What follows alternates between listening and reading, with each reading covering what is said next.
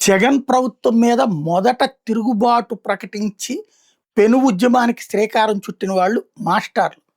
వాళ్ళు అందరూ గూడా ఉద్యమం చేయడానికి విజయవాడకు వస్తుంటే బీఆర్టీఎస్ రోడ్డు ప్రోగ్రామ్‌కి చలో విజయవాడ పెట్టుకుంటే అనవసరంగా అడ్డుకునే ప్రయత్నం చేసి అబాసు పాలైంది జగన్ ప్రభుత్వం ఆనాడు. ఆ అడ్డుకుంటున్నారు అన్నటువంటి కోపంతో వాళ్ళు మారువేషాల్లో వచ్చి మరి ఒక్కసారిగా బీఆర్టీఎస్‌ను ముట్టడిస్తే ఒక టీచర్ల ప్రళయం కనిపించింది. జగన్ ప్రభుత్వ పతనానికి తొలి మెట్టు అదే అయ్యింది.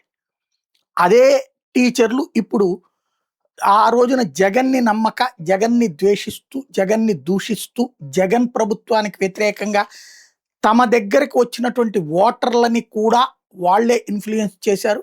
ఎవరైతే కళ్ళు కనబడట్లేదనినో, లేకపోతే సరిగ్గా ఓటు ఎలా వెయ్యాలి అని అడిగేటటువంటి వాళ్ళ ఓట్లు కూడా వీళ్ళే వేసి, అది వాళ్ళు వైసీపీకి వేయమన్నా తెలుగుదేశానికి వేసి, తద్వారా కూటమికి వేసి, ఓట్లని కూటమికి తెచ్చి, జగన్‌ని ఓడించడంలో ఇంత దారుణ పతనంలో, ఓటమిలో కీలక పాత్ర పోషించారు.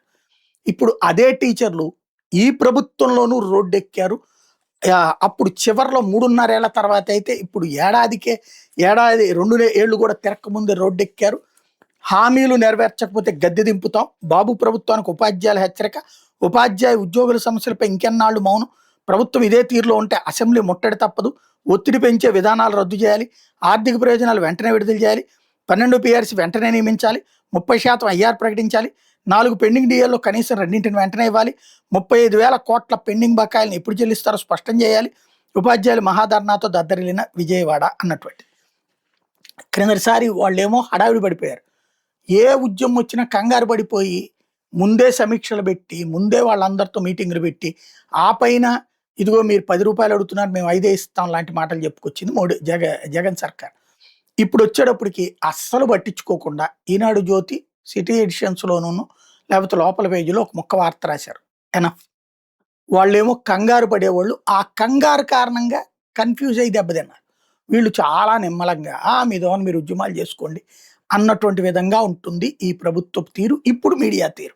అప్పుడు హైలైట్ చేసిన మీడియా ఇప్పుడు డౌన్ ప్లే చేస్తుంది. అది ఆంధ్ర పాలిటిక్స్ అంటే. టీచర్లకే పాఠాలు చెప్పగలిగినటువంటి మీడియా ఉంటుంది. కాకపోతే టీచర్ల ఈ విప్లవం ఆ మీడియా హైప్ లేదు కాబట్టి ఆగుతారా, కొనసాగిస్తారా చూడాలి.